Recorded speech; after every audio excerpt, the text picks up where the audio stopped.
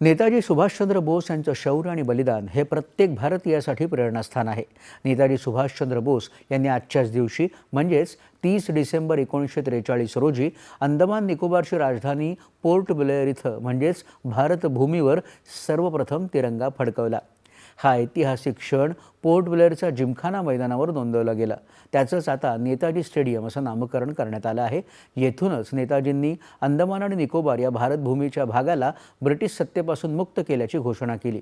याचवेळी त्यांनी अंदमानला शहीद द्वीप आणि निकोबारला स्वराज द्वीप अशी नावं सुचवली. ज्या ठिकाणी नेताजींनी तिरंगा फडकवला ते स्थान आता फ्लॅग पॉईंट म्हणून ओळखलं जातं. या घटनेच्या 75व्या वर्षानिमित्त 30 डिसेंबर 2018 साली पंतप्रधान नरेंद्र मोदी यांनी पोर्ट ब्लेअरच्या याच फ्लॅग पॉईंटवर 150 फूट उंचीच्या राष्ट्रीय ध्वजाला वंदना दिली होती. नेताजींच्या स्मरणार्थ केंद्र सरकारनं 3 द्वीपांची नावं अधिकृतरित्या बदलली. रॉस द्वीप आता नेताजी सुभाषचंद्र बोस द्वीप, नील द्वीपला शहीद द्वीप असं नामाभिधान देण्यात आलं असून हॅवलॉक द्वीप आता स्वराज द्वीप या नावानं परिचित आहे. नेताजींनी 30 डिसेंबर 1943 साली उचललेलं पाऊल आजही प्रत्येक भारतीयाला स्वतंत्रता, शौर्य आणि राष्ट्रभक्तीची प्रेरणा देतो आहे.